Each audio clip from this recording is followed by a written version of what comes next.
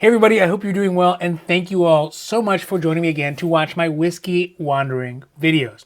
We are, as a community, progressing along and really getting a good group of folks who are contributing in this rolling conversation about whiskey, bourbon, and really what are the appropriate prices. Now, obviously, it does seem that so far the prices that are most fair are at Costco. But unfortunately, it seems that a lot of the Costcos in other parts of the country, well, they don't carry all the same whiskeys, and they really vary depending on where you're at. So there's definitely some FOMO for the folks out there, for me too, when I see people putting up what they have at their local Costco's. Now, specifically, I have been keeping my eye out for one of the Bottle & Bond Kirkland whiskeys that we hopefully eventually might actually get here in California, maybe someday, fingers crossed. I have seen it on Reddit from people who are in Kentucky, but, I don't know if I'm going to hold my breath for it to ever show up here in California. Now today, I am at the Costco that is located in Los Angeles in a city called Northridge. This Costco is located near a large state university, Cal State Northridge, and has a pretty good mix of group of income and demographics, and actually a surprisingly good selection of whiskeys as well.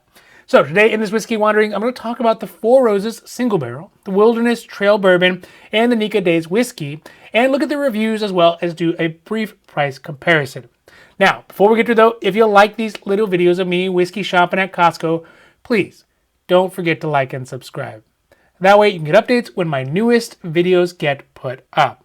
So thanks again, and let's get down to it.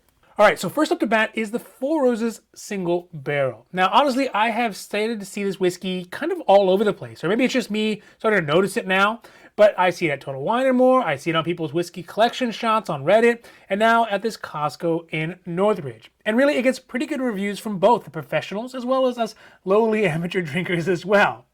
From what I can tell, the Four Roses Distillery is a relatively young distillery, and the story goes that the founder of the Four Roses had been in the South and was smitten by a beautiful Southern belle. Of course, it had to be a girl, right? But either way, he had written a letter to her proposing marriage, which I guess is just slightly better than text message. But she responded that she would give her answers at a ball that they were both going to attend. And if she wore roses, then it would be a yes, and if no, actually, you know what? It wasn't clear what she would say if it was not no. Or maybe she wouldn't wear it. I'm not sure on that one. Needless to say, she wore a brooch of 4 roses. And in commemoration, the distillery was named after the brooch and their love, I guess. I don't know if they actually worked out in the long run. But now, the Four Roses is a pretty interesting whiskey in its own right, though. It is made of 2 different mash bills and 5 different yeast strains. So I'll be sure to save you the mash bill v yeast org chart, but needless to say, it is a bit of a feat of stoichiometry to try to figure out which one goes where and which bottle it comes from. But that being said, it is distilled out of Lawrenceburg, Kentucky. It is distilled by Four Roses, and by this I mean that it's not sourced from another distillery of some sort. The cost for the Four Roses Single Barrel at Costco is a super reasonable $38.99, which actually seems below even the recommended MSRP of $40-ish. The highs and lows for it on the street shelf price is set at $62.44 for the high and $47.99 on the low side.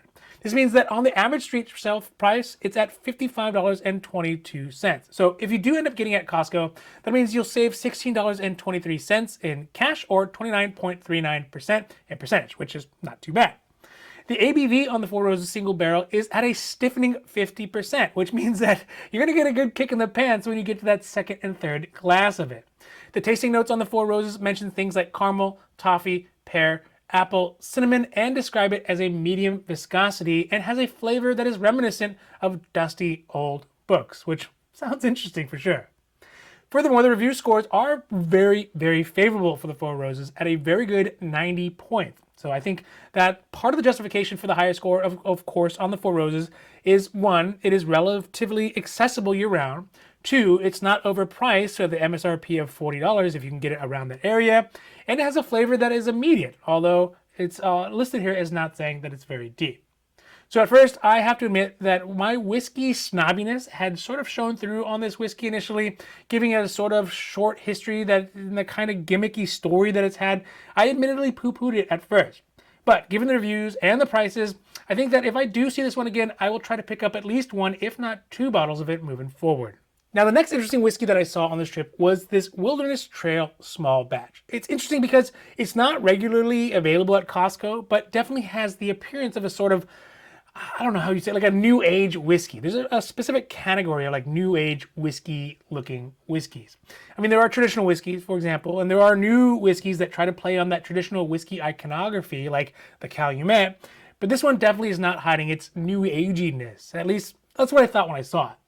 Now, the Wilderness Trail was initially founded in 2012 and based out of Danville, Kentucky, which, as a random note from the research, is the 4th best county in the country to retire to, allegedly, for those of you who are lucky enough to ever get to retire eventually. Now, that being said, the Wilderness Trail is made up from a blend of 12 barrels and is aged at least a minimum of 4 years. The mash bill is made up of 64% corn, 25% rye, and 12% malted barley. It is no chilled filter, and it is also 100 proof. Now, the price at Costco is what I would consider mid-range at $39.99.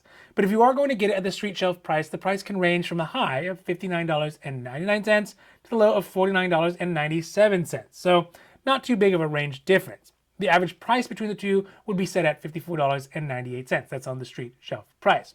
So with that said, if you do end up purchasing at Costco, you would end up saving $14.99 or 27.26%, which is a fair amount. Now, the ABV on this, as I mentioned before, is set at 50%, so it's definitely no slouch of a whiskey. It has the tasting notes of caramel, oak, vanilla, butterscotch, wood varnish, and kitchen spices. A combination of flavors that is definitely bound to remind you, I don't know, it reminds me for sure, of Grandma's kitchen. Now, the reviews on it are sort of low at below 80 score of 75.67 points, stating that despite the bold flavor and that it has an aggressive approach to your senses, it sort of lacks the complexity and sophistication, which is what seems to be bringing down the score. So in conclusion, I think that I will probably avoid this whiskey. I try to avoid really any whiskey that gets below an 80 score. And judging by the reviews, I think that I'll skip this one in favor of some of the other whiskeys that maybe Wilderness Trail is going to put out at some point in the future, or other ones that they have available if I ever see them at Costco. At least I guess take a look at the reviews and then take a look at the tastings and then make a decision there. But this one, definitely going to be a skip. Now, the last whiskey I'm going to talk about from this visit is this Nikka Days. Now, I have to confess up front that I have become a huge Nikka fanboy. I have multiple bottles of the coffee grain as well as the coffee malt because, you don't ever want to run out and you never really know when you're going to get it for a decent price.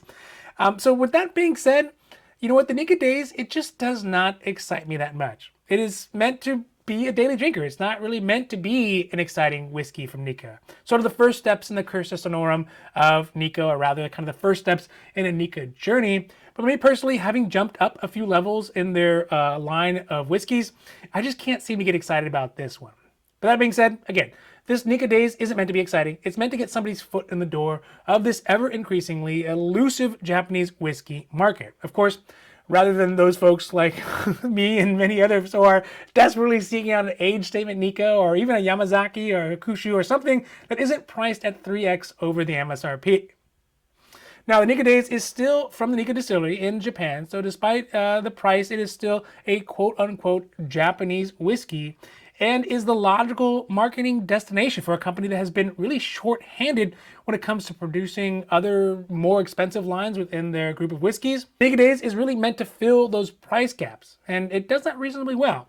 The price of the Costco, though, is not necessarily a novice wage at $39.99. And on the street shelf price, you can find it for as high as $87.49. On the low side, it comes out to $49.99. So that puts the average between the high and the low at $68.74. So if you do end up purchasing it from Costco, you get a savings of $28.75, which is pretty decent, or 41.82%, which is a pretty crazily good savings, at least percentage-wise. But I think it probably could be more, the reason for the difference in the pricing is more of a situation where there's like massive price gouging from local liquor stores and other places that you can buy it, rather than Costco negotiating a below average price. The ABV on the Nikka Days is pretty light. It's at 40%. So it is something that you could basically sip on at lunchtime, especially if you're like an airline pilot or a boat captain. Just kidding. Don't do that. But it is lightweight, and the tasting notes specifically mention its wateriness, floral flavor tinged with honey, lemon yeast, bread, and the lacking of really any finish at all. The reviews on it give it a below average score of 71.97 points, and even some of the most generous reviewers gave it a pretty low score. So, looking at the reviews, looking at its weak constitution, and knowing what I know about what is in store up the Nikka line, this one is going to be another pass for me. I would rather just save the money for if something like a Nikka age statement ever becomes available. All right, so that was it for today's whiskey wandering at Costco in Northridge. Thank you all so much again for watching to the end. I hope that you really enjoyed these videos, and if you did, please don't forget to like and subscribe. That way you can get notified when my newest videos get put up. Also remember, if you do see a whiskey that you love, just buy it. Because if you don't, somebody else surely will, and it might even be me. So have a great rest of your day. I'm out, and adios.